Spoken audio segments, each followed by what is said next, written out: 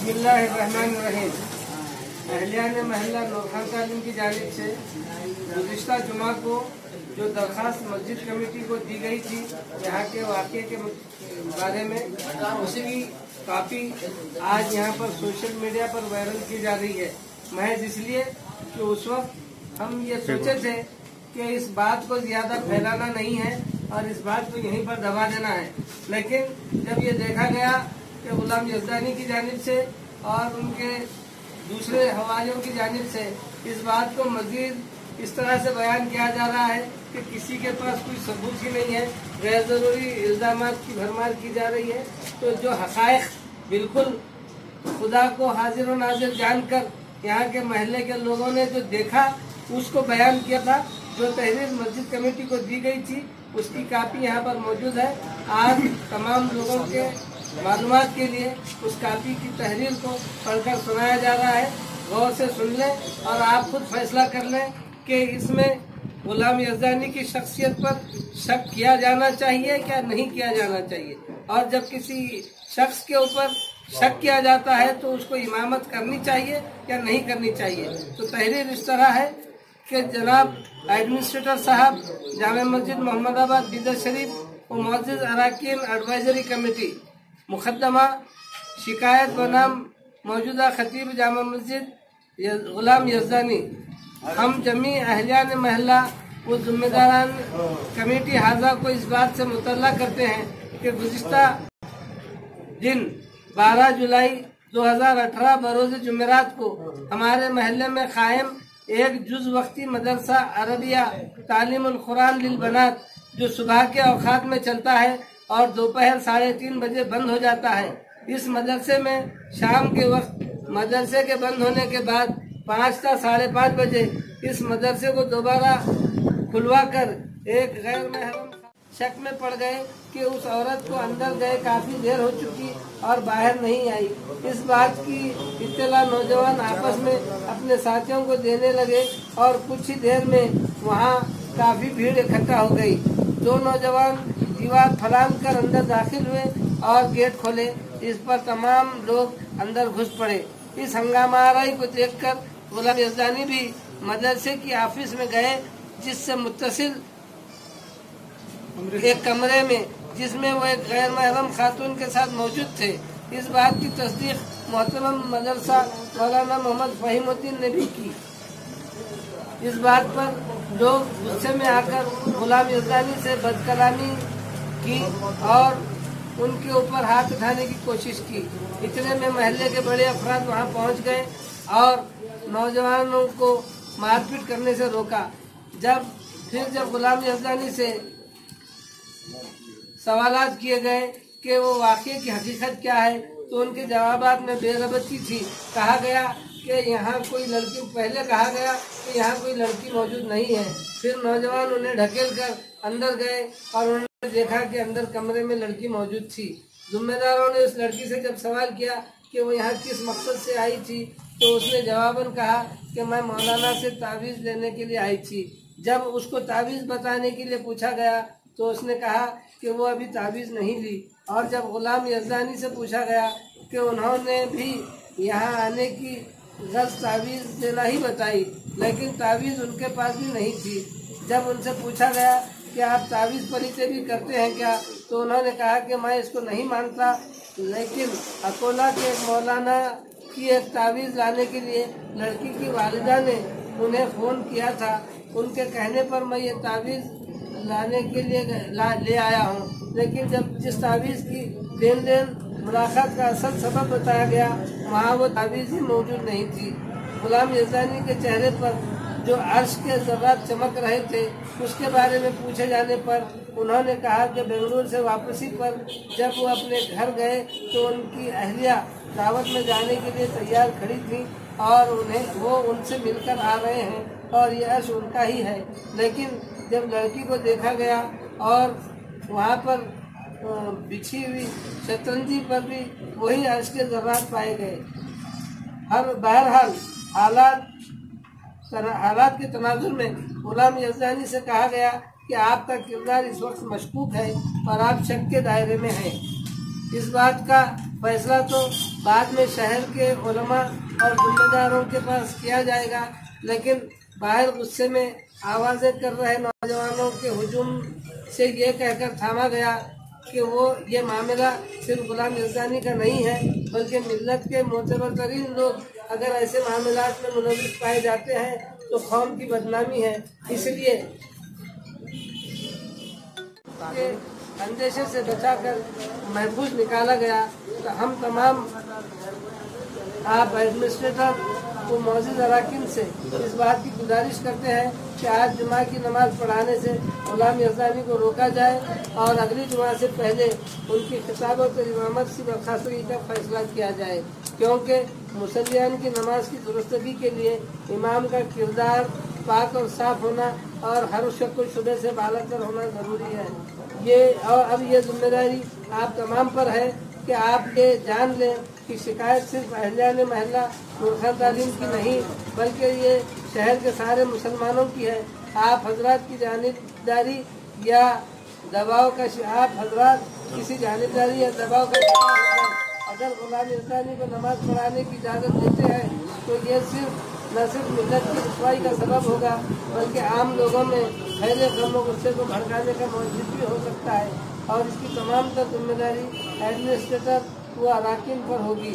उम्मीद के इस दरख्वास्त को संजीदगी से लेते हुए मशकूक शख्स की इमारत से मुसल्लियान को महफूज रखा जाएगा। मौलाना फ़हीमुद्दीन की जो इस मदरसे के मोहतमिम हैं, अहलियान महल्ला के रूबरू एक तहरीर इकरारनामे के तौर पर लिखे हैं, वो भी इसके साथ मुंसलिक है।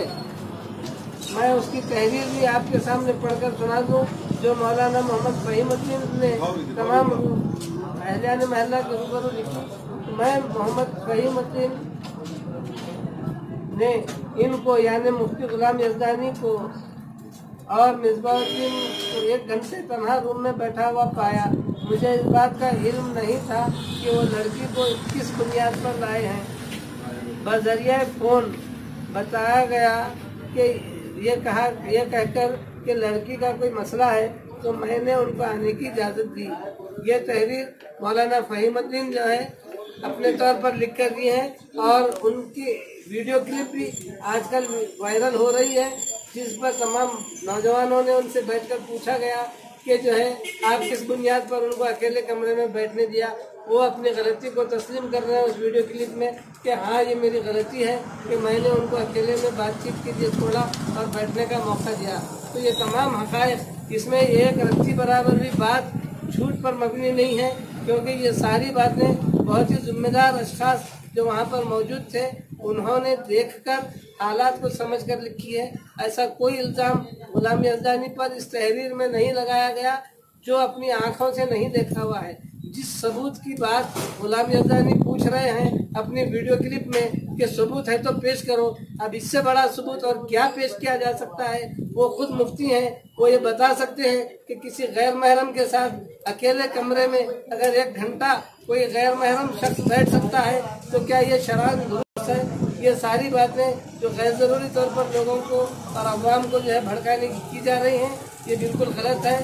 आज बड़े ही सब्र और तहम्मुल का पैमाना तोड़ते हुए हम जो है ये चाहते थे कि इस बात को जो है सोशल मीडिया पर या मीडिया के सामने ना लाया जाए, लेकिन उनकी हरदर्मी की वजह से जबकि वक्फ ऑफिसर ने कल उनको ये कह दिया कि जामे मस्जिद एडवाइजरी कमेटी ने और मस्जिद शहर की कमेटी ने ये फैसला किया है कि आपकी इमामत ना कराई जाए, लिहाजा आपका मस्जिद को ना आए। उसके बावजूद गुलाम यज़दानी का जो है ये कहना था एडमिनिस्ट्रेटर को कि वो बगैर किसी इल्ज़ाम को साबित करे कि मुझे नहीं निकाल सकते, मैं तो आऊँगा ही। ये उनकी हरदर्मी को देखकर तमाम नौजवान शहरियान दीदर मुसलमाना दीदर जो है इस बात से बहुत गम में हैं और सारे के सारे लोग कल जामा मस्जिद में जो है आने वाले हैं और वो ये देखना चाहते हैं कि गुलाम यज़दानी को पाबंद करने के बावजूद वो किस तरह अपने हवारियों के साथ आकर जामा मस्जिद में नमाज पढ़ाएंगे या फिर पढ़ेंगे। तो हमारी गुजारिश है कि जितने लोग ये वीडियो देख रहे हैं बीदर के लोग, कल जुमा की नमाज जामा मस्जिद बीदर में अदा करें और ये देखें कि इस तरह जो है हटदर्मी करना बिल्कुल गलत बात है। अब जो भी मामला है आगे उलमाए कराम और शहर के मुअज्जिज़ीन बैठेंगे वो लोग जो है तय करेंगे। उससे पहले मैं आपको यहाँ एक और तहरीर जो शहरियान बीदर की जानिब से जामे मस्जिद कमेटी को दी गई थी, उसकी भी एक रुदात है, मुख्तसर है बिल्कुल, वो भी मैं आपको सुनाना चाहता हूँ कि आज बतारीख 15 जुलाई बरोज़ इतवार मुअज़्ज़िज़ीन शहर का इजलास ज़ेर सदारत अलहाज मोहम्मद लईक़ुद्दीन एडवोकेट साबिक़ MLA बीदर मुनक़िद हुआ, जिसमें शहर बीदर में गुलाम यज़दानी से मुताल्लिक़ चल रही 6 मुर्गियों पर तबादला ख्याल हुआ। काफ़ी गौर और फिक्र के बाद इस नतीजे पर पहुँचे कि गुलाम यज़दानी की शख्सियत शक के दायरे में आ चुकी है। लिहाजा इजलास में मौजूद तमाम मुअज़्ज़िज़ीन का यह मुत्तफ़िक़ा फैसला है कि जब इमाम शक के दायरे में आ जाता है तो उसकी इमामत मुनासिब नहीं। लिहाजा इजलास हाज़ा का यह फैसला है कि मौसूफ को जामे मस्जिद की खिताबत व इमामत से माज़ूल किया जाए। इस फैसले की एक कापी एडमिनिस्ट्रेटर जामे मस्जिद बीदर के हवाले और वक्फ ऑफिसर जिला बीदर के हवाले की जा रही है। ये जो है एडमिनिस्ट्रेटर को और जिला वक्फ बोर्ड को भी जो है ये कापी पहुंचाई जा चुकी है।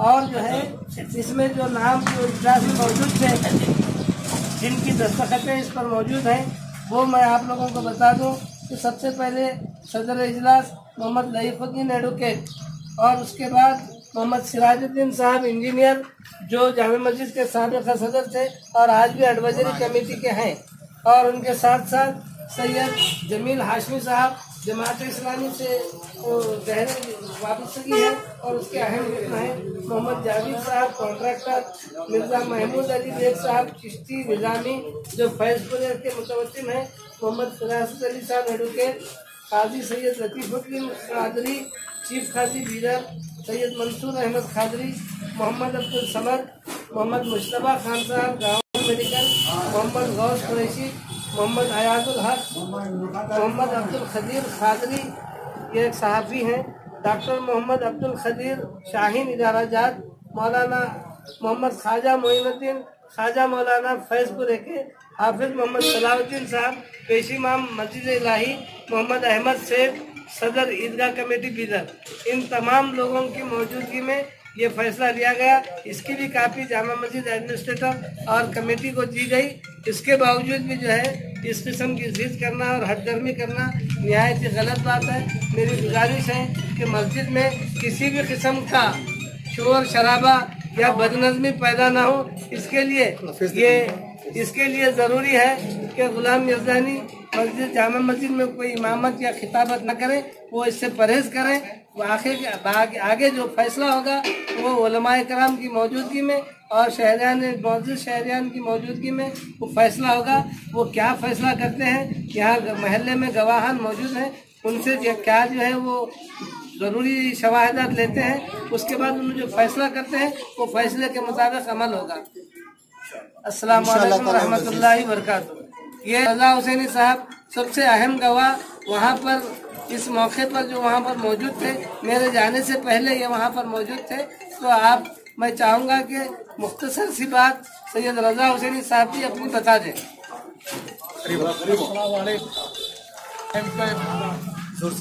सियासी और मजहबी सारे लोग ये बात समझ ले कि गुलाम यज़दानी साहब जिस वक़्त मैं वहाँ पर पहुँचा, उनके लिए बच्चे कुछ हाथ पाई करने की कोशिश कर रहे थे और उससे आयल फैल बक रहे थे।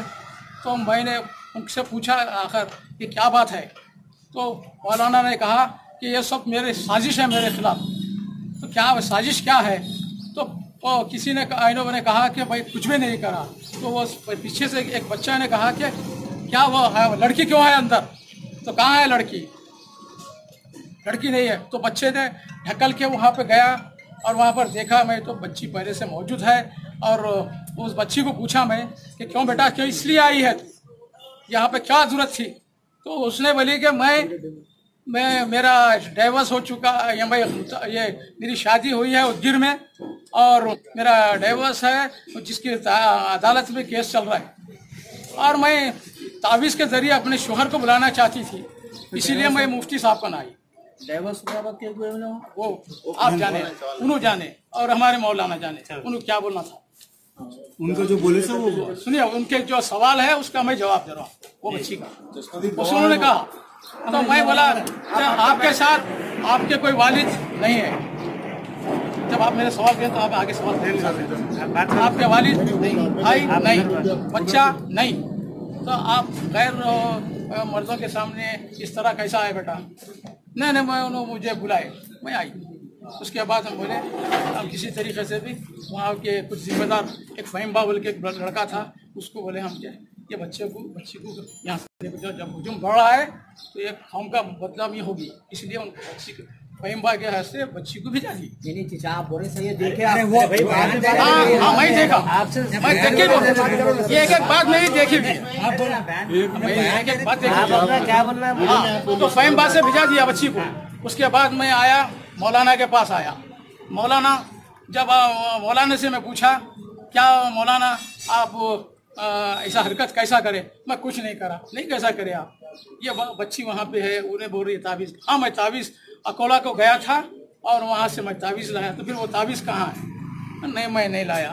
तो फिर आप जाते के साथ ही ये आप बोले कि मैं बेंगलुरु से आया और याद रखा था कि मुझे फ़ोन आया ये बच्ची आई है, तो मैं ताबीज़ देने के लिए आ गया, मगर आप ताबीज़ भी नहीं लाए। अब ये क्या बात है? तो पीछे से फिर एक बच्चा बोला ये उसको अरेस्ट क्यों लगा हुआ है पूछो। तो उसने बोला कि मैं बैग रख रहा था, हमारी अहलिया किसी फंक्शन में जा रहे थे, मैं उनसे मिल के आया। तो ये उस वक़्त मैं बोला मेरे दिमाग में एक चीज़ आई कि हमको टाउन तक नहीं जाना, मज़हब की बदनामी हो जाती है। इसीलिए क्योंकि मैं तांत्रिकों का वो सुन रहा था, ये हमारा भी मसला नहीं बनना। ये जो हमारी बड़ी मस्जिद के पेश इमाम हैं, इन बच्चों से हाथ जोड़ के मैं बोला कि देखो बेटा ये मसला ऐसा है, इसको मत आके जाओ दो, आप छोड़ दो इन्हें, वो उनकी कमेटी इसका फैसला करेगी। इसीलिए मैं सारे बच्चों को समझा के मंसूर खादरी साहब भी थे वहाँ पर, उनको ताकि इनको लेके जाओ, मैं उधर बच्चों को उधर पीछे कराता हूँ। और अल्लाह ने मेरी बात सुनी और वो हल हो गया और उन्होंने चले गए। और उस वक्त जाने से पहले मैं बोला मौलाना आप ये मत समझना कि आप शरीफ हैं या अच्छे हैं या किसी किस्म के, आप हमारे नज़दीक मशकूक हैं। आपकी हरकत, आपकी जो हुलिया बता रहा है कि आप साफ फेर नहीं हैं, लेकिन हम उन पर इल्ज़ाम नहीं दिए थे कि फला अंदर कुछ किए हैं, हम सिर्फ उनको मशकूक हैं बल्कि उनको निकालने लगाए। और उनसे हम उम्मीद ये रखे थे क्योंकि उन्होंने मेरे बच्चे से भी अच्छे दोस्त थे। मेरे बच्चे का एक हादसा हो गया था, उन्होंने मेरा शुक्रिया अदा करेंगे शायद। मैं अब उनके फ़ोन का तालिब था, लेकिन उन्होंने इतना हंगामा करके सारी कौम को जलील खार किया है। और जिसने उनको बचाया है उसको आज मैं उसके इसमें पूरा 8 दिन से हमें सुकून नहीं है। किसी ना कोई कुछ कहता है, कुछ कहता है, कोई आगे हमारे को ऐसा पूछता है वैसा पूछता है। बदनामी हो रही है, ये सब कर रहे हैं। आ गया, मैं वापिस आ गया। भाई कोई भी मत बोलो, बाद में पर्सनली बन के बात मैं वापिस आ गया। वापिस आने के बाद में बच्चे तो उसको लॉक कर दिए थे। फिर बाद में उनको निकालने के लिए मौलाना फ़हीमुद्दीन से जिस वक्त वो लिखा है उस वक्त मैं नहीं था। बच्चे बोले तो जो लोग भी वहाँ पे थे उन्होंने वो जो लिखाया है जो हम आपने पढ़ा है। और उसके बाद में हमारे मंसूर साहब हाजी साहब जब उनके मकान गए सुबह तो उन्होंने यही बयान दिया कि वो लोग इसमें बच्ची के साथ कमरे में थे। और अगर हमारे मुफ्तियों को, हमारे आलिमों को, हमारे मुसलमानों को गैर महरूम औरत के साथ अगर किसी अलग जगह जाएंगे तो क्या शक का दायरे से हटके आए?